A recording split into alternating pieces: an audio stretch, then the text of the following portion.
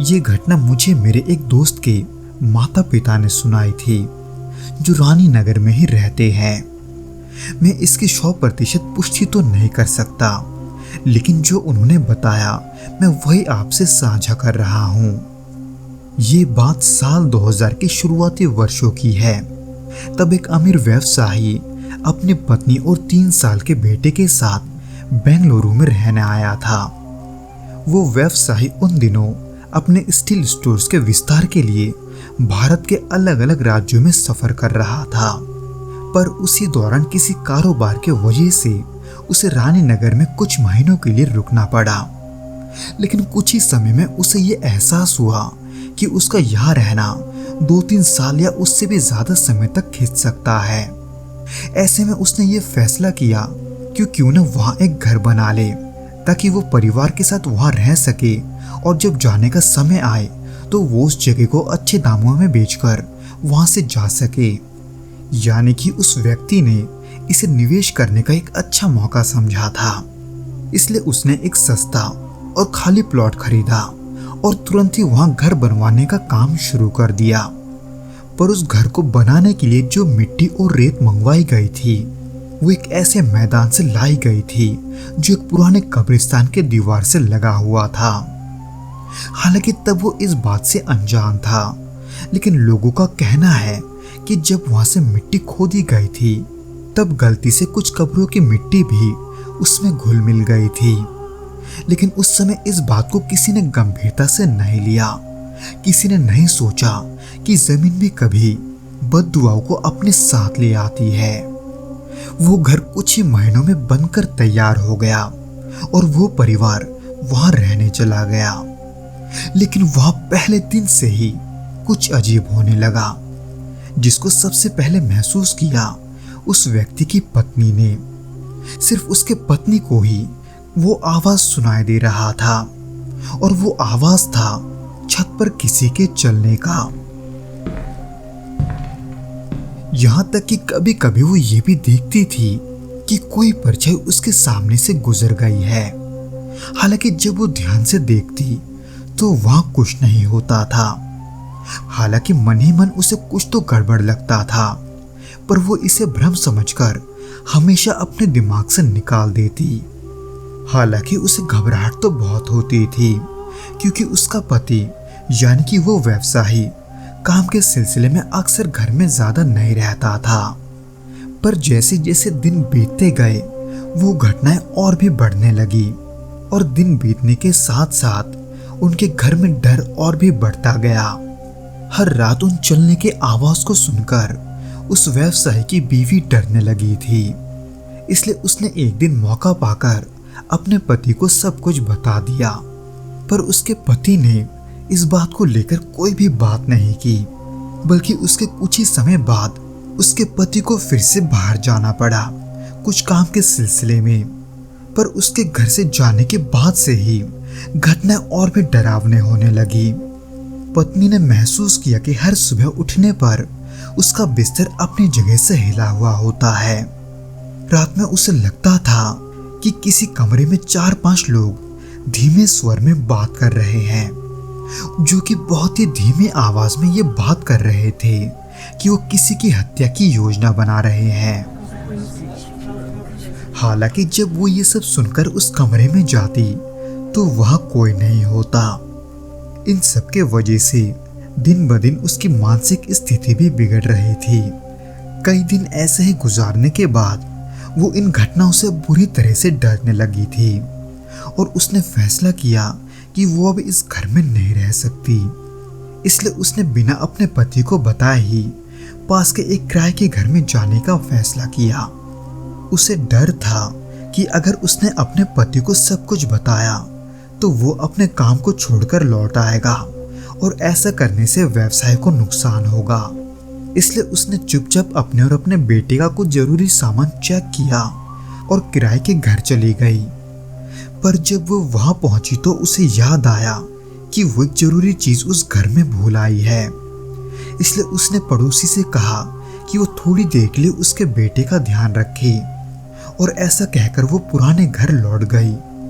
पर जब कई घंटे बीत जाने के बाद भी वो वापस नहीं आई तो पड़ोसी को चिंता होने लगी। उन्होंने उसके पति को फोन किया और उसे सारी बात बताई। पति ये सुनते ही बुरी तरह घबरा गया और पड़ोसियों से विनती की कि वो तुरंत उसके घर जाकर ये देखे कि वो ठीक है या नहीं। पर जब वो सभी उस घर में पहुंचे तो उन्हें एक कमरे में उसकी पत्नी की लाश मिली। वो लाश पंखे से लटकी हुई थी। पर आखिर ऐसा कैसे हुआ ये किसी को समझ नहीं आया, क्योंकि उस घर के सारे दरवाजे और खिड़कियां वो सभी तो अंदर से ही बंद थे और उस व्यवसायी की बीवी को देखकर ऐसा नहीं लगता था कि वो ऐसा कुछ भी कर सकती है। ये दृश्य इतना भयानक था कि वहां मौजूद हर कोई सुन रह गया। पति जब बेंगलुरु लौटे तो वो पूरी तरह टूट चुका था। उसकी दुनिया बिखर चुकी थी और उसने तुरंत घर खाली करवाया। फिर कुछ दिनों बाद वो बेटे को लेकर दूसरी जगह रहने चला गया और वहां कभी नहीं लौटा। उसके बाद वो घर हमेशा के लिए वीरान हो गया। लेकिन कहानी यही खत्म नहीं हुई। कई लोगों ने उस खाली पड़े घर का फायदा उठाने की कोशिश की और वहां रहने की हिम्मत की, लेकिन कोई भी व्यक्ति वहां एक हफ्ते से ज्यादा टिक नहीं पाया। एक बुजुर्ग जो वहां पहली रात रुका था, सुबह उसकी आंख नहीं खुली। इसके अलावा कुछ लोगों की तो वहां रहस्यमय हालातों में मौत तक हुई है। पिछले कुछ दशकों में उस घर में 20 से ज्यादा हत्याएं हो चुकी है। कभी कभी किसी ने उस घर को रंग रोगन करके वहां बसने की भी कोशिश की है, लेकिन 1-2 दिन में ही उन्हें वहां से भागना पड़ा। अब तो हालत ये है कि घर के मुख्य दरवाजे के बीचों बीच एक नारियल का पेड़ उगाया है, जो इस बात का संकेत देता है कि जैसे प्रकृति खुद ही ये नहीं चाहती कि उस घर में कोई प्रवेश करे। अमावस्या की रातों में लोग उस गली से भी गुजरने से कतराते हैं, क्योंकि कई लोगों ने रात के अंधेरे में वहां एक औरत की चीखने की आवाज सुनी है, जो चिल्लाते हुए अपने बेटे को ढूंढती है। लेकिन जब वहां से जाकर देखने की कोशिश की जाती है तो वहां कुछ नहीं होता। अब भी 2 दशक बीत जाने के बाद उस घर की छाया उस इलाके में बनी हुई है। लोग अपने बच्चों को उस रास्ते से रात में जाने से मना करते हैं।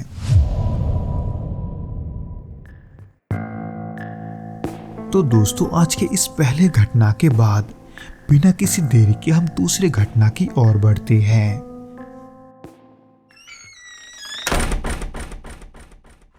ये 2019 की गर्मियों की बात है।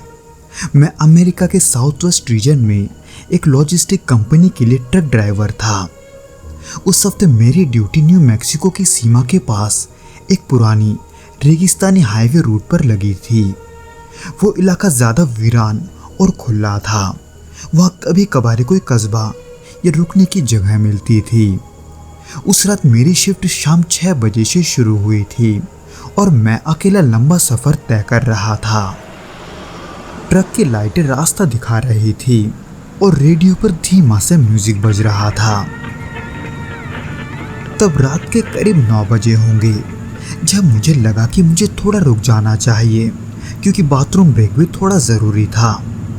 मैं जहाँ रुका उसके सामने एक पतला कच्चा रास्ता दिखा जो झाड़ियों के बीच से जा रहा था। मैंने ट्रक को सड़क किनारे एक समतल जगह पर रोका, इंजन बंद किया और बाहर निकल आया। हवा में हल्की ठंडक थी, लेकिन अजीब बात यह थी कि चारों तरफ एक अस्वाभाविक सी खामोशी फैली थी। कोई कीड़ा तक नहीं बोल रहा था। उसी बीच मैं ट्रक से थोड़ा दूर झाड़ियों की तरफ गया। मैं झाड़ियों की तरफ गया ही था कि तभी अचानक मुझे एक आवाज सुनाई दिया। वो एक औरत की चीख की आवाज थी, लेकिन साफ और तीखी नहीं, बल्कि टूटी और बिखरी हुई, जैसे किसी ने बहुत दूर से पुकारा हो।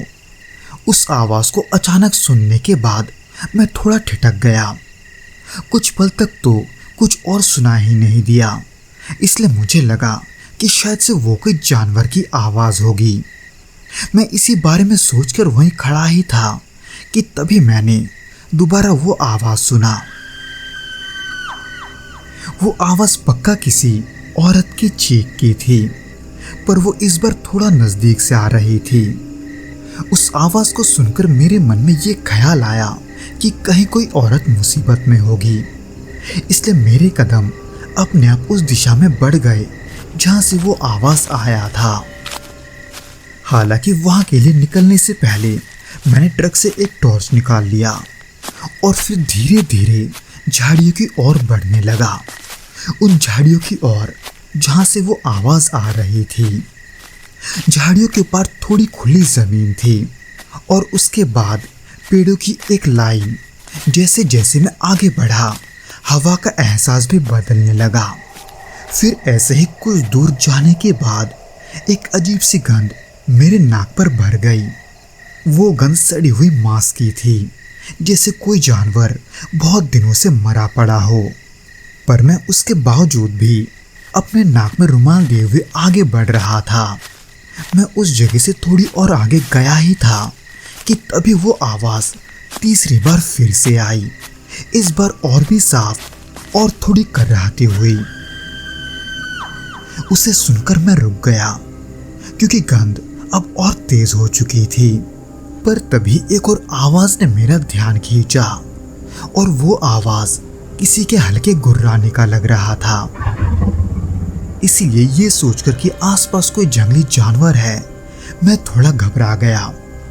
इसलिए मैंने घबराहट में अपनी टॉर्च ऑन की और सीधा उस दिशा की ओर बढ़ने लगा जहां से वो आवाज आ रहा था, यानी कि उस औरत की चीखने की आवाज। पर तभी मैंने जो देखा उसे शब्दों में बयां करना मुश्किल है, क्योंकि वहां झाड़ियों के बीच एक लंबा असामान्य रूप का प्राणी झुका हुआ था। उसका शरीर आदमी जैसा तो था, लेकिन हाथ पैर असामान्य रूप से लंबे थे, जैसे उसकी हड्डियां खींचकर लंबी की गई हो। उसके नीचे एक सड़ा गला जानवर पड़ा था, शायद कोई हिरन, और वो प्राणी उसके ऊपर झुका हुआ उसका मांस नोच नोच कर खा रहा था। और वहीं से वो हल्की सी गुर्राने की आवाज आ रही थी, जिसके वजह से उसकी हरकतों में एक हिंसक पागलपन नजर आ रहा था। उसी बीच टॉर्च की रोशनी उस पर पड़ी, और जब टॉर्च की रोशनी उस पर पड़ी तो अचानक मैं ठिठक गया। उसने धीरे धीरे गर्दन उठाई और सीधे मेरी तरफ देखने लगा। उसकी आंखें चमक रही थी, एकदम जानवरों जैसी, लेकिन उसमें गुस्सा और चेतावनी था। उसका चेहरा, ऐसा चेहरा मैंने आज तक नहीं देखा था। उसका जबड़ा खुला हुआ था, लेकिन आम इंसानों जैसे नहीं। वो लंबा और नीचे तक खिंचा हुआ था, जैसे किसी ने जबड़े को अस्थायी रूप से खोल दिया हो। उसकी त्वचा गंदी और फटी और मांसल थी, और पूरी देह पर बालों के छोटे छोटे गुच्छे थे। उसे देखकर मैं डर के मारे कुछ देर वहीं जमा रहा। मेरा शरीर हिलने का नाम तक नहीं ले रहा था। धड़कनें इतनी तेज हो गई थी कि तब मुझे अपने धड़कनों के अलावा कुछ सुनाई नहीं दे रहा था। मुझे तब इस बात का भी डर लग रहा था कि कहीं वो मेरे दिल की धड़कनों की आवाज को ना सुन ले। पर तभी उसने अपने कदमों को मेरी तरफ आगे बढ़ाया। ये देखते ही मेरी सारी चेतना लौट आई और मैं उल्टे कदमों से भागने लगा। पर ज्यादा हड़बड़ाने के कारण टॉर्च हाथों से छूट गया, जिसके वजह से मैं बिना रोशनी के अब बेसुध होकर भाग रहा था। मुझे तब किसी भी चीज की परवाह नहीं थी कि मैं किससे टकरा रहा हूँ, कहाँ गिर रहा हूँ और मेरे पैरों के साथ क्या हो रहा है, क्योंकि उस दौरान मुझे अपने पीछे उसके आने का भी आवाज सुनाई दे रहा था। मुझे साफ सुनाई दे रहा था कि वो भी मेरा पीछा कर रहा है। इसलिए मैं जल्दी से भागते हुए किसी तरह से अपने ट्रक में पहुंचा। ट्रक में पहुंचते मैंने दरवाजा खोला और खुद को अंदर कैद कर लिया। हालांकि जब मैंने दरवाजा बंद करके आसपास देखा तो वहां कोई नहीं था। हालांकि मुझे ऐसा लग रहा था कि उन झाड़ियों के अंदर से मुझे अब भी कोई देख रहा है।